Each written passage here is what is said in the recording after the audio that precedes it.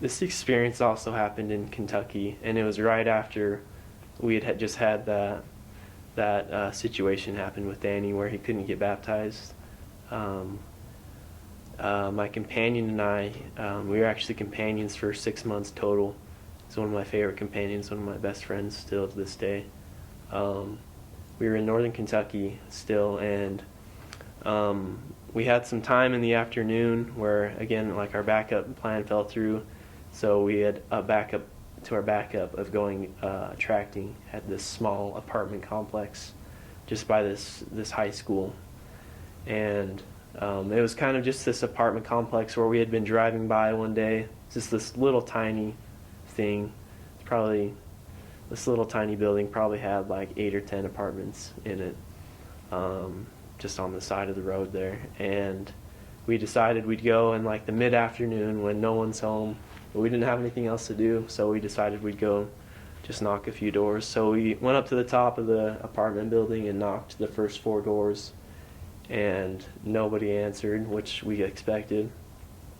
And then we went down to the second floor, knocked on the first door on the second floor, and this young lady with a baby in her arms answered the door, and her name was Rebecca, and her husband wasn't home, so we couldn't obviously go in and teach her, but we just we went through the restoration pamphlet with her, kind of just taught her the first lesson on her doorstep, and she was very accepting of it. And we set up her return. This was on a Tuesday. We set up her return appointment with her on Friday, so that we could get a member to come back with us. And it was honestly, it was kind of an awkward lesson just because we were on the doorstep and I was kind of tired. I didn't feel like the words were flowing out of my mouth like they needed to.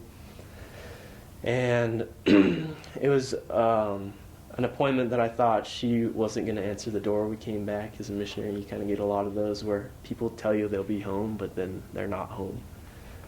So I thought that was going to happen on this one.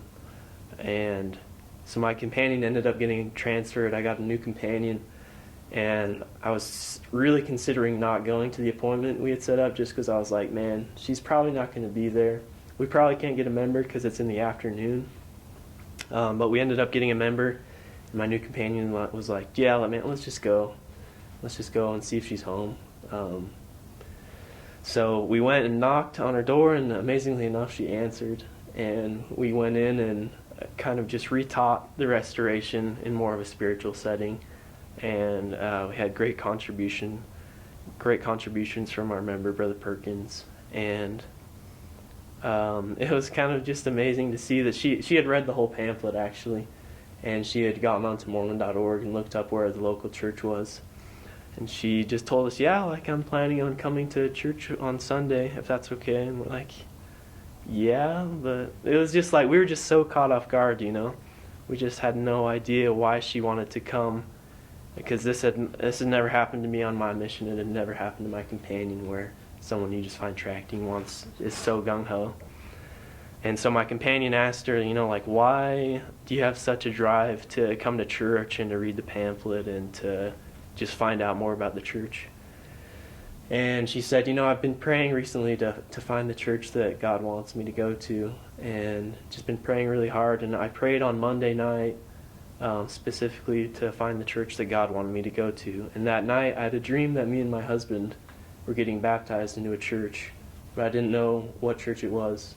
And then the next day you guys came and knocked on my door. So like, I knew that was just a sign from God that this was the church that He wants me to join.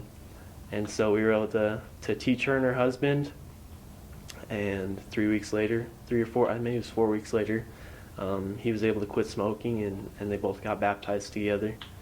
So that was just an amazing experience. I mean, it still gives me chills every time I think about it, just that we were just in the right place at the right time, doing what the Lord needed us to do to answer a prayer from a special daughter of God.